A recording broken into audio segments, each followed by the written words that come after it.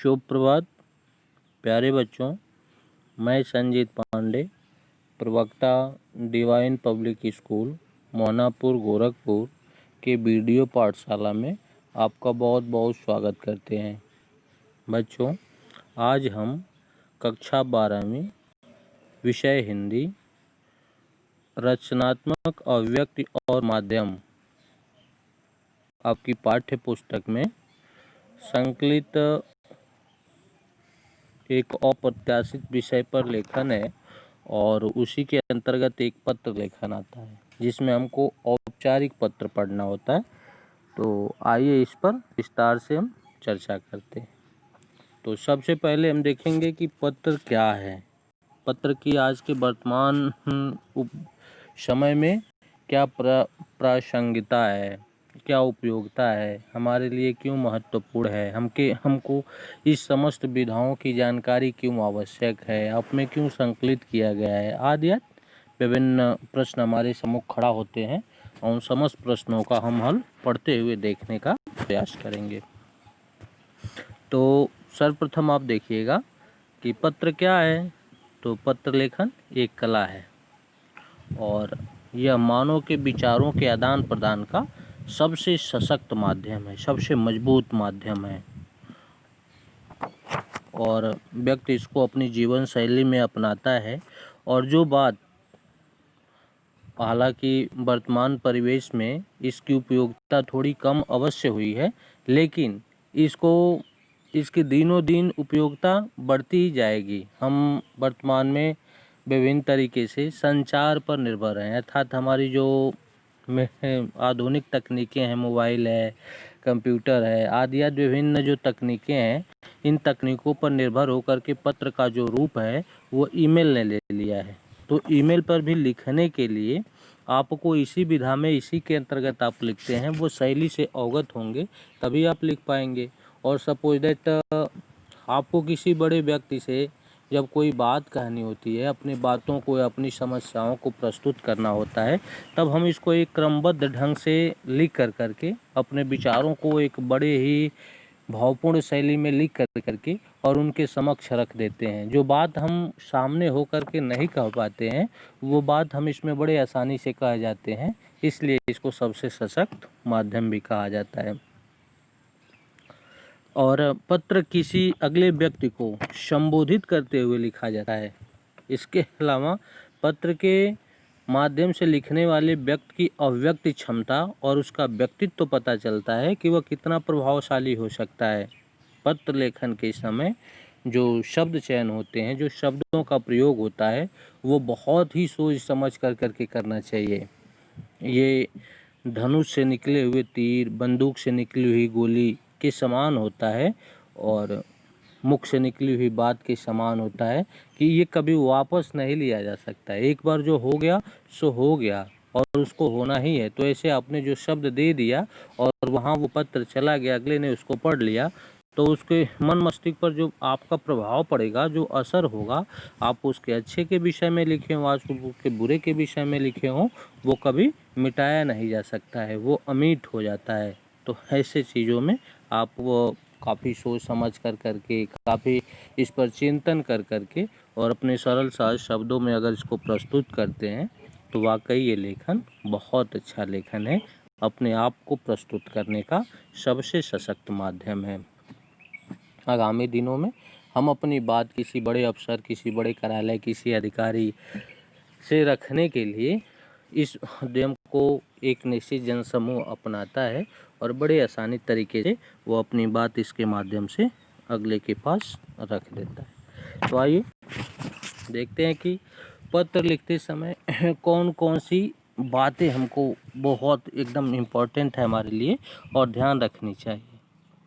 तो पत्र लिखते समय सबसे आवश्यक जो बात ध्यान में रखनी चाहिए, जो सबसे इम्पोर्टेंट होती है, वो पत्र की भाषा है कि पाने वाले के मानसिक स्तर के अनुरूप हो।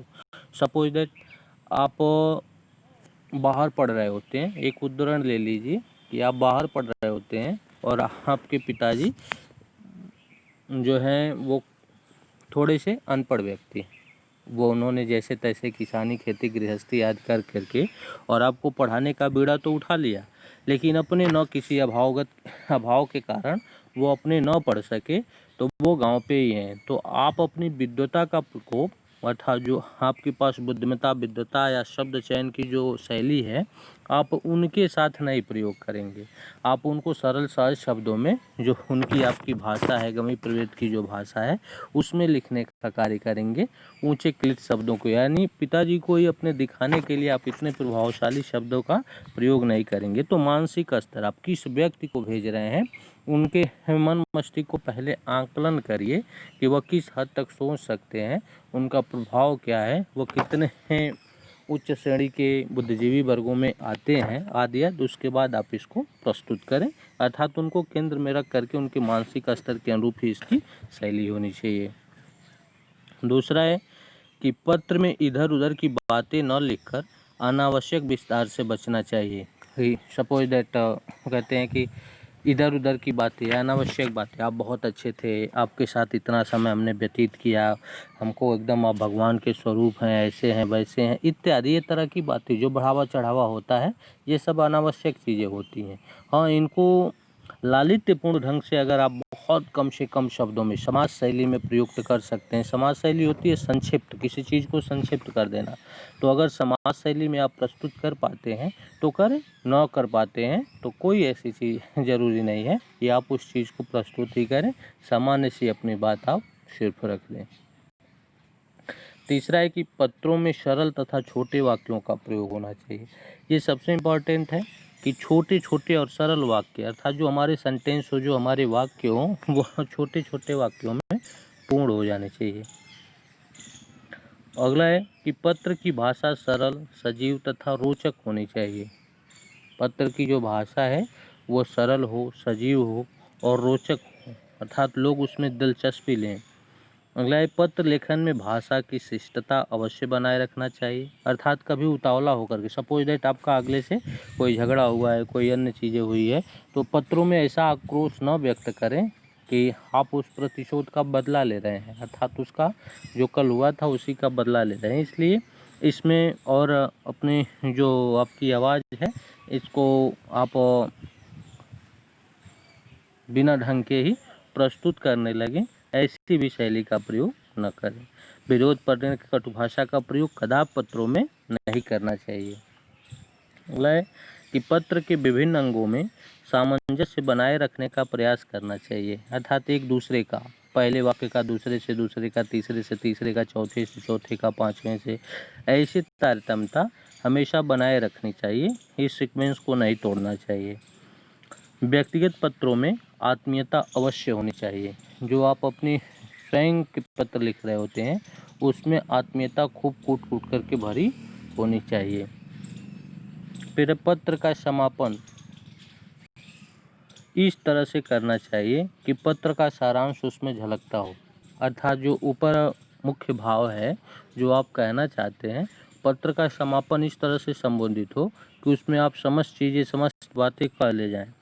पत्र के वाक्यों में तारतम्यता तथा परस्पर संबंधता होनी बहुत जरूरी है, बहुत ज़रूरी है, अर्थात एक दूसरे का सीक्वेंस मिलना आपस में बहुत आवश्यक होता है। आइए देखते हैं पत्र के भेद। तो पत्र आप पिछली कक्षाओं से पढ़ते चलते चले आ रहे हैं कि पत्र के दो भेद होते हैं। एक होता है कि औपचारिक पत्र और दूसरा होता है अनौपचारिक पत्र। तो इसकी पहले की कक्षाओं में, अर्थात 10वीं, 9वीं, 8वीं, 7वीं, 6वीं, 5वीं, अब तक आप जो पढ़ते चलते चले आए हैं, इसके पहले की कक्षाओं में आप दोनों पत्रों को पढ़ करके आए हैं। अब आपको इसमें क्या करना है कि सिर्फ औपचारिक पत्र ही पढ़ना है। औपचारिक पत्र क्या होता है, इसके कितने भेद होते हैं, आगे चल करके इसको देखते हैं। तो आइए कि देखते हैं सर्वप्रथम कि औपचारिक पत्र क्या होता है। तो कहते हैं कि औपचारिक पत्र उन लोगों के लिए लिखे जाते हैं, औपचारिक पत्र, ध्यान दीजिएगा, औपचारिक पत्र उन लोगों के लिए लिखे जाते हैं जिनसे हमारा व्यक्तिगत परिचय नहीं होता है, अर्थात औपचारिक पत्र ऐसे व्यक्तियों को लिखा जाता है जिनसे हमारा अपना कोई रिलेशन नहीं होता है, ब्लड का रिलेशन, या वो हमारे अपने सगे संबंधी नहीं होते। हाँ, सपोज दैट आप किसी कार्यालय को लिख रहे हैं, उस कार्यालय में आपके अपने कोई रिलेटिव हैं, आपके अपने कोई मम्मी पापा हैं, उन्हीं को आप दे रहे हैं, तो आप उनको नहीं दे रहे हैं, आप उस संस्था को दे रहे हैं जिसमें वो कार्यरत हैं। तो आप उनके पद की नहीं, नाम की नहीं, उसमें पद की महत्ता आ जाती है। वो जिस पद पर होते हैं आप उस पद के अनुरूप लिखने का कार्य करते हैं। ऐसे पत्र जो आते हैं वे औपचारिक पत्रों की श्रेणी में आते हैं। तो औपचारिक पत्र उन लोगों के लिए लिखे जाते हैं जिनसे हमारा व्यक्तिगत परिचय नहीं होता है।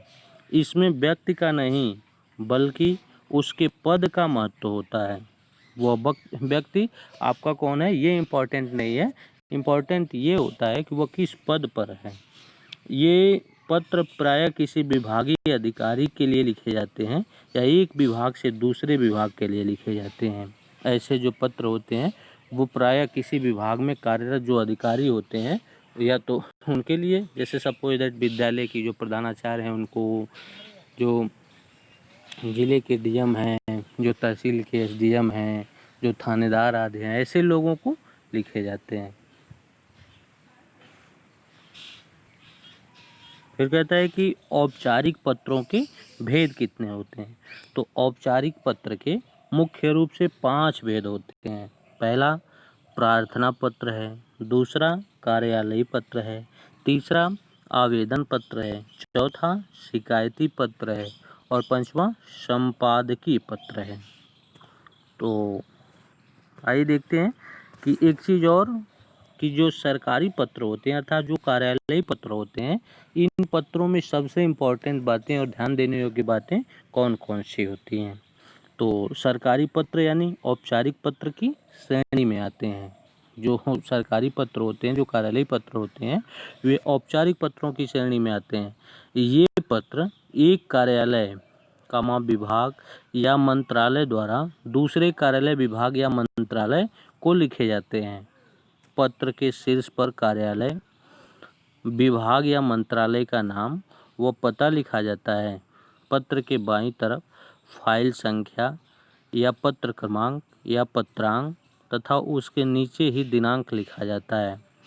सेवा में का प्रयोग अब समाप्ति की ओर है, अतः इसका प्रयोग नहीं किया जाए तो ही अच्छा है। प्राप्तकर्ता का नाम, पता आदि भी बाईं तरफ लिखा जाता है। विषय शीर्षक के अंतर्गत संक्षेप में पत्र का प्रयोजन संदर्भ लिखा जाता है और आवश्यक भी है। विषय के बाद बाईं तरफ महोदय संबोधन लिखते हैं। पत्र की भाषा सरल सहज होनी चाहिए। सटीक अर्थ के लिए प्रशासनिक शब्दावली का प्रयोग करना चाहिए, अर्थात तुझको उच्चतम श्रेणी के हो और नपे तुले शब्द हों। आपके जो शब्द हों वह बहुत ही नपे तुले हों, बहुत ही अच्छे तरीके से प्रस्तुत हों, ऐसे शब्दों को प्रयोग होना चाहिए। भौदी के नीचे प्रेषक के हस्ताक्षर होते हैं। हस्ताक्षर के नीचे कोष्ठक में प्रेषक का नाम तथा उसके नीचे पदनाम लिखा जाता है। पत्र के बाईं ओर प्रेषक का पता दिया जाता है। ये है। और सरकारी पत्रों के निम्न उदाहरण हैं, जैसे आप एक देख ले रहे हैं कि एक प्रार्थना पत्र का प्रारूप आपके समक्ष प्रस्तुत है कि प्रार्थना पत्र का प्रारूप क्या है। तो सपोज दैट ऊपर प्रधानाचार्य या प्रधानाचार्या, वह अगर मेल है या फीमेल है, या अर्थात जो प्रधानाचार्य महिला है या पुरुष हैं, आप उनको उनके संबोधन के अनुसार प्रधानाचार्य या प्रधानाचार्या। फिर विद्यालय का नाम एवं पता, कहाँ पे वो विद्यालय नहीं था। सपोज दैट वो हमारा जो विद्यालय है वो लिखते हैं कि प्रधानाचार्य महोदया या प्रधानाचार्या महोदया। तो कोई एक इसमें से आप चूज कर सकते हैं। और army public school Darbhanga Bihar. अब है कि विषय, संबंधित विषय का उल्लेख हमको करना होगा कि हम किस विषय के लिए उनसे बात कर रहे हैं। तो पुस्तकालय में हिंदी पुस्तकें और पत्रिकाएं मंगाने के संदर्भ में हम उनसे बातें कर रहे हैं कि हमारी जो स्कूल का पुस्तकालय है उसमें जो हिंदी की पाठ्य पुस्तक और पत्रिकाएं हैं वे कम पड़ गई हैं, अर्थात 9 के बराबर हैं या जो है वो बहुत पुरानी हो गई हैं, इसलिए उसमें कुछ हम और मंगाना चाहते हैं। फिर महोदय महोदया, निवेदन है कि विद्यालय के विशाल पुस्तकालय में अंग्रेजी पुस्तकों की भरमार है। हम अपनी बात उनसे कर रहे हैं, आग्रहपूर्वक हम अपनी बात उनसे करेंगे, किंतु हिंदी साहित्य की पुस्तकों का नितांत अभाव है। हमारे हिंदी अध्यापक हिंदी भाषा में सुधार लाने के लिए हिंदी की पत्र पत्रिकाओं और प्रेरणार्थ पुस्तकें पढ़ने के लिए प्रेरित करते हैं। हम छात्र जब पुस्तकालय में प्रेरणास्पद हिंदी पुस्तकें मांगते हैं तो मिलती ही नहीं है। अतः करबद्ध प्रार्थना है कि पुस्तकालय में हिंदी की प्रेरणास्पद पुस्तकें व साप्ताहिक मासिक पत्रिकाएं मंगाने की व्यवस्था करें। हम सब छात्र आपके अनुग्रहित होंगे। धन्यवाद। आपका आज्ञाकारी शिष्य जो भी हो, आदित्य शर्मा, अनुक्रमांक कितना, फला डेट, फला सन, आदि आदि। इस तरह से अगर आप लिखते हैं तो वो सबसे श्रेष्ठ पत्रों की श्रेणी में आपकी बातें रखी जाएंगी और वो पत्र चयन भी होते हैं। सपोज दैट अब ये कोई सामान्य व्यक्ति तो है नहीं, इनके पास 5,000, 8,000, 10,000 बच्चे हैं प्रधानाचार्य के पास, तो उसमें न जाने कितने पेरेंट्स के पत्र हैं, तो कितने वो सारे लोगों के, तो पत्र की जो लिखावट होती है वो आप कितना इम्पोर्टेंट तरीके से लिखे हुए हैं, कितने सुव्यवस्थित ढंग से लिखे हुए हैं, तो वो आपके पत्र पढ़ने में काफ़ी रुचिकर होते हैं और ऐसे पत्र सेलेक्टेड हो जाते हैं, आपकी बातें सुन ली जाती हैं। अगला एक और प्रारूप देखेंगे जो दूसरा है कार्यालय पत्र। कार्यालय पत्र का प्रारूप क्या है तो वो देखेंगे कि पत्र संख्या, सबसे ऊपर आप पत्र संख्या का उल्लेख करेंगे, फिर है कि तिथि अर्थात किस डेट में आप वो दे रहे हैं, फिर प्रेषक का पता और टेलीफोन नंबर, दिनांक तो राष्ट्रीय राजधानी क्षेत्र दिल्ली सरकार, फिर इतना, प्राप्तकर्ता का पद, नाम व पता, आप किसको भेज रहे हैं तो जहाँ पे जाना है वो, तो आईपी स्टेट नई दिल्ली, मुख्य चिकित्सा अधिकारी हिंदूराव अस्पताल, बाड़ा हिंदूराव नई दिल्ली को आप भेज रहे हैं। विषय क्या है तो श्री रामफल की स्वास्थ्य परीक्षा के संबंध में। अब संबोधन आप उनको महोदय महोदया जो भी आप वहाँ पे हैं, जैसा आपने उचित संबोधन दिया है उस आधार पे आप उसको प्रस्तुत करते हैं।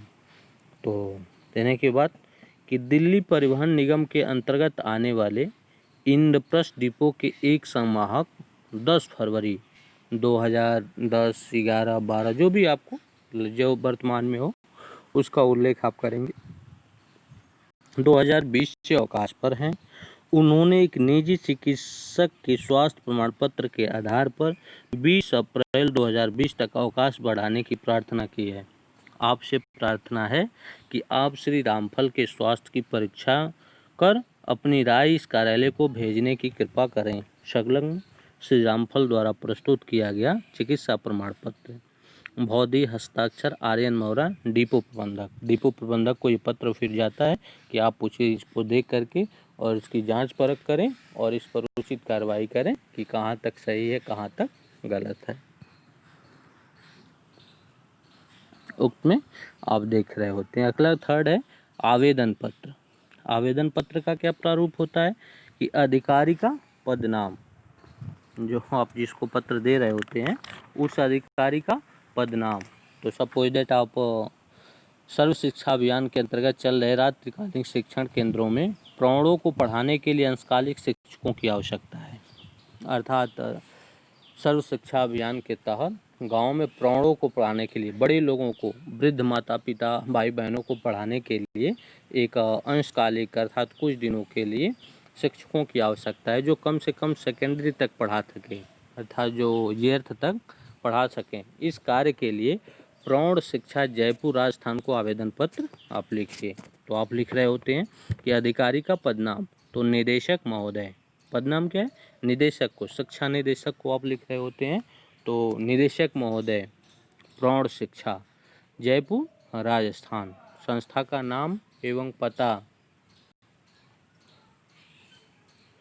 नाम एवं पता, विषय अंशकालिक शिक्षक पद हेतु आवेदन पत्र, कि अंशकालिक अर्थात आप विषय में देने का कार्य कर रहे हैं। महोदय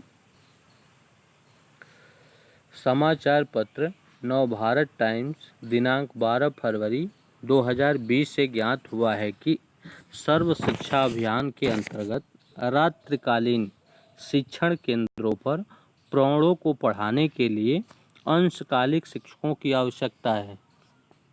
अंशकालिक शिक्षक पद के लिए मैं आवेदन पत्र प्रेषित कर रहा हूँ। मेरा विवरण इस प्रकार है। स्ववृत्त, आपका बायोडाटा जो है, नाम आदित्य सिंह, पिता का नाम श्री मानवेंद्र सिंह, जन्म तिथि जो आपका डेट ऑफ बर्थ हो वो, पत्र का व्यवहार, पत्रालय, शिक्षा आपने कहाँ तक की है, अनुभव, वर्तमान में आप जहाँ पर भी जो इस तरह की डिग्रियाँ रखते हैं वो समस्त का उल्लेख आप इसमें करेंगे। फिर लिखेंगे अंत में, आशा करता हूँ कि समापन जो देंगे वो है, आशा करता हूँ कि मेरी उम्मीदवारी पर सहानुभूतिपूर्वक विचार करते हुए आप मुझे सेवा का अवसर प्रदान करेंगे। धन्यवाद। भौदी आदित्य सिंह, पता और दिनांक जो भी हो वो लिखने का कार्य। तो ऐसे अगर आप लिखते हैं तो ये उच्च कोटि के पत्रों की श्रेणी में आता है। अगला है कि शिकायती पत्र।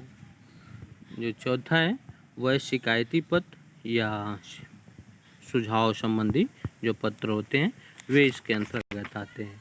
तो अधिकारी का नाम, पद नाम, कार्यालय का नाम एवं पता और विषय, महोदय महोदय आज जो कुछ भी हो उसका उल्लेख करेंगे। तो सपोज दैट आप देखेंगे कि हम कावेरी छात्रावास के अधीक्षक एक लेते हैं, हमारे पास एक प्रश्न लेते हैं कि कावेरी छात्रावास के अधीक्षक को अनुराधा की ओर से पत्र लिखकर छात्रावास की भोजनशाला के भोजन के निरंतर गिरते स्तर की ओर उनका ध्यान आकृष्ट करेंगे, अपनी तरफ आकर्षित करेंगे। तो अधीक्षक कावेरी छात्रावास, विषय हो गया, शीर्षक हो गया और विषय हो गया भोजनशाला के भोजन के निरंतर गिरते हुए स्तर के संबंध में। महोदय, मैं आपका ध्यान भोजनशाला के भोजन के गिरते हुए स्तर की ओर आकृष्ट करना चाहती हूँ कि भोजन के नाम पर हम छात्र छात्राओं को क्या क्या परोसा जाता है। दाल ऐसी कि जिसमें डुबकी लगाने पर दाल के नाम पर कुछ नहीं मिलता, बस नमकीन रंगीन पानी मिलता है। चावल घटिया किस्म के, रोटियां एकदम कच्ची या जली हुई, सलाद मिलती है जिसे देखते ही जी मिचलाने लगता है, मोटी फटी मूली या गाजर या पिलपिले टमाटर सब मिलाकर पंचमेल खिचड़ी बन जाते हैं। हालांकि विवश होकर जैसे तैसे खाकर भूख शांत की जाती है, जबकि इसे पौष्टिक आहार का नाम दिया जाता है। अतः एक बार स्वयं यहाँ आकर यकायक आकर ऐसे पौष्टिक तथा सुस्वाद भोजन को चखकर देख लें तो विश्वास हो जाएगा कि किस स्तर का भोजन मिल रहा है और हमारी भोजन संबंधी समस्या का शीघ्र निवारण करने की कृपा करें। धन्यवाद। भौदी और जो भी आपका नाम हो वो आप लिख लें।